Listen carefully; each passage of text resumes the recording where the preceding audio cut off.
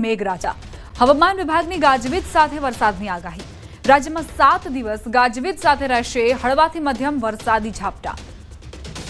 આજે તાપી, ડાંગ, વલસાડ, નવસારીમાં ભારે વરસાદની આગાહી। અન્ય જિલ્લામાં થંડર સ્ટોર્મ એક્ટિવિટી થશે। સામાન્યથી મધ્યમ વરસાદ થશે। અમદાવાદમાં પણ સામાન્યથી મધ્યમ વરસાદની આગાહી। માછીમારો દરિયો ન ખેડવા સૂચના અપાઈ છે।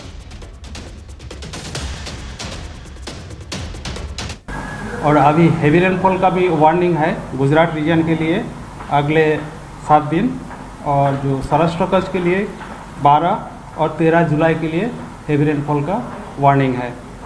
इसमें जो डे 1 में हेवी रेनफॉल का वार्निंग दिया गया है गुजरात रीजन में डांग, नवसारी, वलसाड, तापी, दमन, दादरा नगर हवेली के लिए, और गुजरात रीजन में डे 2 के लिए 10 जुलाई के लिए जो हेवी रेनफॉल दिया गया है नवसारी, वलसाड, दमन और दादरा नगर हवेली के लिए येलो वार्निंग के साथ ये हेवी रेनफॉल वार्निंग दिया गया है।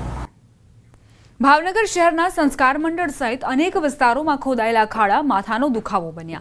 ड्रेनेज, पानी, गैस और केबलिंगना काम बाद पेचवर्क न थता रस्ता खराब हालत में छे। शहर में ठेर ठेर खोदकामथी अकस्मातोनी शक्यता सतत वधी रही है। जवाबदार तंत्र और कॉन्ट्रेक्टरों की निष्क्रियता ने लईने नागरिकों में भारे रोष व्याप्यो है। नागरिकोए चीमकी आपी है कि मोटी जानहानि थाय तो जवाबदारी तंत्रनी रहेशे। लोकोए तात्कालिक कामगीरीनी मांग करी। हमारे बीमार दुखावानी बहुत तकलीफ है सर्वाइकलनी, अने खाड़ा कोई हाली नहीं देता, दवाखाने जई नहीं सकता, अने पानी भराई जाए छे, गटर भराई जाए छे। वारे घड़िया कोर्पोरेशन शू करे छे? टेक्स में तो कई बादबाकी मुकता नहीं। टेक्स दर रोज पूरो वसूलात करे छे, अने अमारे बहुत तकलीफ है। 50 वर्ष उमरना ने बहुत तकलीफ थाय साहेब। कोई तंत्र ध्यान नहीं आपतुं। हूँ 1 वर्ष हैरान थऊं छुं। अहींया आवा जवामां बहुत तकलीफ पड़े छे। ओछामां ओछा छेल्ला 6-7 महीनाथी कोर्पोरेशन वाळाए गटરના ઓલે આખો રોડ ખોદી નાખ્યો। ખોદી તો નાખ્યો પણ એનું કામ સમયસર પૂર્ણ કર્યું નહીં। ચોમાસું આવી ગયું, હવે આ રોડની હાલત કહેવાય ને, ઉપર ખાલી થીગડા માર્યા છે। એટલી બધી ધૂળ ઉડે છે, લોકો જેટલા રોડ ઉપરથી નીકળે તે લોકોના આંખોમાં રચકણો પડે છે, તેના લીધે એક્સિડન્ટ થાય છે। ઢોર વચ્ચે આવે છે, એના લીધે એક્સિડન્ટ થાય છે। ખાડા એવડા મોટા મોટા છે કે અચાનક સ્ટ્રીટ લાઇટ તો છે નહીં, એટલે ખાડા આવે છે એટલા માટે એક્સિડન્ટ થાય છે। તો કોર્પોરેશનને વિનંતી છે કે તાત્કાલિકને ધોરણે આ રોડને તાત્કાલિક સમારકામ કરે, સરખી રીતે લોકોને અવર જવર થઈ શકે તેવું કરે। ખોડિયાર મંદિર આગળ બધી જગ્યાએ ખાડા ટેકરા છે, કોઈ જગ્યાએ થતું નથી। કોકળ ગાડીની ગતિએ જાય છે। સાહેબો ધ્યાન આપે કે ન આપે તો રામ જાણે। બસ એસીમાં બેઠા રહેવું છે। ખીચા ભરો બસ, આ સિવાય બીજું કાંઈ ઉઠતું નથી। 1 વર્ષથી તકલીફ અમે હું અને મારી જેવા ઘણા લોકો અનુભવે છે। રોડના કામ કરે, ગટરના કામ કરે, નળના કામ કરે, મેનહોલના કામ કરે, પરંતુ કોઈ તંત્ર પાસે વ્યવસ્થા કે સંદર્ભ નથી અથવા તો મેનેજમેન્ટ નથી। નહીતર 1 વર્ષ સુધી રોડના કામ પૂરા ન થાય અને લોકો આમાં પડે, આકડે, વાગે, એક્સિડન્ટ થાય, એની જવાબદાર કોણ થશે? ચોમાસાની શરૂઆતથી વલસાડમાંથી પસાર થતા અમદાવાદ, મુંબઈ અને વાપી શામળાજી નેશનલ હાઈવે બિસ્માર બન્યા, જેના કારણે અવારનવાર અકસ્માતો સર્જાઈ રહ્યા છે। પારડી નજીક પડેલા ખાડામાં બાઇક સવારના મોત બાદ લોકોમાં રોષ જોવા મળ્યો। ખાસ કરીને ઔદ્યોગિક વિસ્તારોમાં રસ્તાઓ પર ખાડા વધતા વાહન ચાલકો નુકસાની ભોગવી રહ્યા છે। અનેક કલાકો સુધી ટ્રાફિક જામ સર્જાતા હાલાકી ભોગવે છે। ત્યારે સ્થાનિકો અને વાહન ચાલકો તાત્કાલિક સ્થિતિ સુધારવાની માંગ કરી રહ્યા છે। લોકલ રસ્તા બી સારા હોય એવી પરિસ્થિતિ આ હાઈવે ઉપર થઈ ગયેલી છે, અને એટલા બધા ખાડા, ભયંકર ખાડા છે ને, અને માટી રોડ ઉપર છે કે જે ડામર રોડ હોય, હાઈવે હોય એવું લાગતું જ નથી। એકદમ માટી છે, અને ખાડા એટલા બધા છે કે જે ન પૂછો વાત। અમારે દવાખાને કેવા તો બીમાર પડ્યા ને જવું હોય ને તો બહુ વિચાર કરવો પડે કે કેવી રીતે જઈએ। દરેકેને એટલી બધી વાહનવાળાને પરિસ્થિતિ ખરાબ થઈ ગયેલી છે ને કે કેવી રીતે નીકળવું, કેવી રીતે જવું, અર્જન્ટ कोई काम हो, दवाखाने जવું હોય तो કેવી રીતે જીએ ये हमारे विचार करना पड़े। पहली बार इसमें इस रोड के सबसे ज़्यादा गड्ढे की प्रॉब्लम आ जाती है। जब भी रोड बनाते हैं एक ही दिन में पूरा रोड बन के तैयार हो जाएगा आपका। अब मतलब बरसात खत्म होने के बाद एक ही दिन में रोड पूरा बना देंगे वापस यहाँ तक। और पहली बारिश हुई कि बड़े बड़े गड्ढे चाहे एक्सीडेंट हो, चाहे गाड़ी टूटे, चाहे आदमी मरे, कोई सुनने वाला नहीं है इस रोड पे। વરસાદથી જ વલસાડ જિલ્લાના મોટા ભાગના રસ્તાઓનું ધોવાણ થયું છે। સૌથી વધુ ખરાબ સ્થિતિ છે વલસાડથી અમદાવાદ મુંબઈ નેશનલ હાઈવે ને સાથે સાથે વાપીથી શામળાજી જતો આ હાઈવે છે। અત્યારે જે દ્રશ્યો જોઈ રહ્યા છો, વાપીથી શામળાજી જતો આ હાઈવે છે। અહીંયા આગળ હાઈવે પર મસ્ત મોટા ખાડા પડે છે, ઉપર ક્યાંય દૂર દૂર સુધી છે। અહીંયા આગળ ડામરનું નામ નથી। આ હાઈવે નેશનલ હાઈવે નહીં, પરંતુ કોઈ ગામનો અંતરિયાળ વિસ્તારનો ખાડાવાળો હાઈવે હોય એવું લાગી રહ્યું છે। અહીંયા આગળ અવારનવાર અકસ્માતો સર્જાઈ રહ્યા છે। પારડી નજીક અમદાવાદ મુંબઈ નેશનલ હાઈવે પર ખાડામાં પડતા એક બાઇક ચાલકનું કરુણ મોત નીપજ્યું હતું। ઉપર છે ટ્રક ચડી જતા તેનું ઘટના સ્થળ પર જ કરુણ મોત નીપજ્યું હતું। આમ ખરાબ હાઈવેને કારણે અવારનવાર છે અકસ્માતો સર્જાઈ રહ્યા છે। અહીંયાથી જવામાં પહેલાં 1.5 કલાક લાગતો હતો, મને 1.25 કલાક લાગતો હતો। હમણાં અપડાઉનમાં મને 2.5 કલાક લાગે। તો આ રસ્તાનો તો એવું છે કે અત્યારે કે રાતના કોઈક દિવસ ગાડી બંધ પડ્યું તો બહુ હાલત ખરાબ થઈ જાય। અડધો તો અમારું ગાડી જે છે રસ્તા માટે જ બંધ પડી જાય અમુક રાતના। એકવાર તો હું અહીંયા રાતના ફસાઈ ગયો હતો। દિવ્યેશભાઈ, કે આ હાઈવેની હાલત શું છે અને કઈ રીતે સમસ્યા સર્જાઈ રહી છે? આ હાલતમાં એવું છે કે દર વર્ષે જ આ રીતનું બનતું હોય છે ઘટના, અને દર વર્ષે રસ્તાની સ્થિતિ જે હોય આ જ રીતની હોય છે।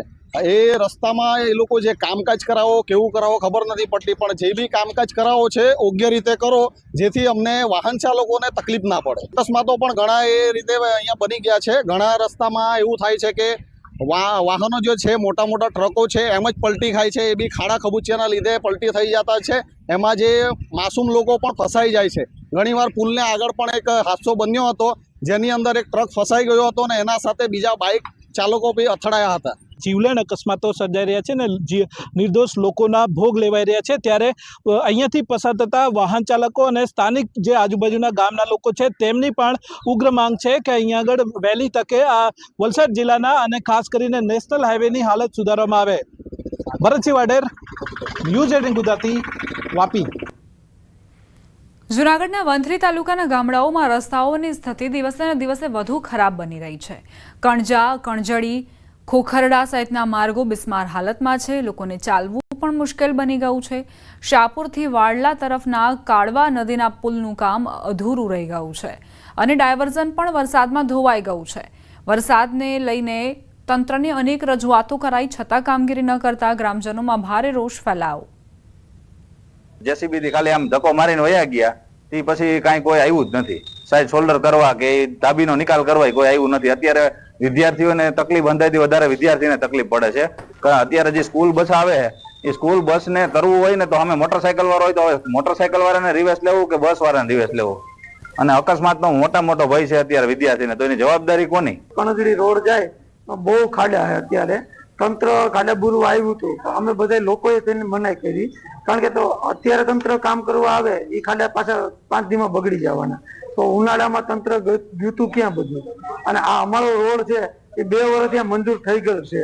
ટેન્ડર પડે, જોબ નંબર આવી જાય તો એજન્સી કામ કરતી કેમ નથી? તંત્રને અનેક વખત રજૂઆત કરી છે, આગળ ડીડીઓને પણ આ બાબતની રજૂઆત કરેલ છે, તો છતાંય આ બાબતને કાંઈ પગલાં નથી। એક વખત ટેન્ડર દેવાનું હતું, એ ટેન્ડર કાંઈક ને કાંઈક તંત્ર દ્વારા કાંઈક ઘોષપરોણા કર્યા હોય એને હિસાબે એ ટેન્ડર વાળો અધૂરું મૂકીને વયો ગયો, અને રીટેન્ડર કરવામાં રીટેન્ડર કર્યું તો રીટેન્ડરની અંદર એક જ માગણીદાર આવ્યો એટલે વળી પાછો રીટેન્ડર કરો। આમને એમ પ્રક્રિયા લંબાવતા જાય તો લોકો શું કરે? લોકોને એવડી બધી અગવડતા થાય છે કે લોકોને અમે મોઢું બતાવવા લાયક નથી થયા। એજન્સીએ અધૂરું કામ કરી અને પ્રોગ્રેસ ન જાળવતા અધૂરું મૂકીને ચાલી ગયેલ હતી, એટલે એના ઉપર નિયમ મુજબ કાર્યવાહી કરી એજન્સીને ટર્મિનેટ કરેલ છે અને બાકી રહેતા કામનું રીટેન્ડર કરેલ હતું। પરંતુ રીટેન્ડરમાં માત્ર એક એજન્સી આવતા જિલ્લા કક્ષાએથી અત્યારે સેકન્ડ ટાઈમ ટેન્ડરકરણ પ્રક્રિયા ચાલુ છે। એ સમયગાળામાં રસ્તો ચાલુ રહે ત્યાં સુધી ડાયવર્ઝનની પ્રક્રિયા ચાલુ છે, જે 2 દિવસમાં પૂર્ણ કરી આવશે। મોરબી શહેરના મુખ્ય માર્ગ શનાળા રોડ પર ઉદ્યોગકારોએ ચક્કાજામ કર્યો। લાથી પ્લોટના લઘુ ઉદ્યોગકારો મેદાને આવ્યા। 40 વર્ષથી મોરબીનો લાથી પ્લોટ રોડ ઝંખી રહ્યો છે। એક સમયે સૌથી ઉદ્યોગોનું હબ ગણાતું હતું લાથી પ્લોટ।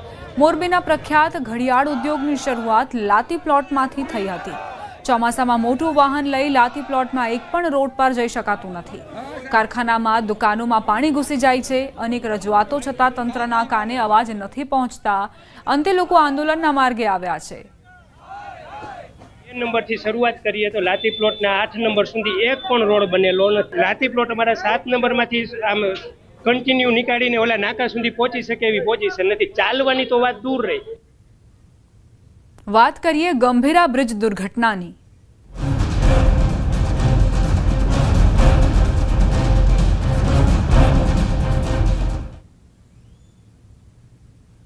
આણંદના ગંભીરા બ્રિજ દુર્ઘટનામાં 10 લોકોના મોત થયા. રેસ્ક્યુ ટીમે 9 લોકોનો બચાવ કર્યો. મૃતક પરિવારોને રાજ્ય સરકાર 4 લાખ આપશે. કેન્દ્ર સરકારે 2 લાખની સહાયની જાહેરાત કરી છે. ઈજાગ્રસ્તો માટે 50,000 રૂપિયાની સહાય કરાઈ છે. બ્રિજ તૂટતા નદીમાં 5 વાહનો ખાબક્યા હતા, જેમાં 2 ટ્રક, 2 ઇકો વાન, 1 પિકઅપ વાનનો સમાવેશ થાય છે. હાલ નદીમાં રેસ્ક્યુ ઓપરેશન ચાલી રહ્યું છે. ઇમરજન્સી રિસ્પોન્સ સેન્ટરની ટીમ અને એનડીઆરએફની ટીમ પણ સ્થળ પર છે.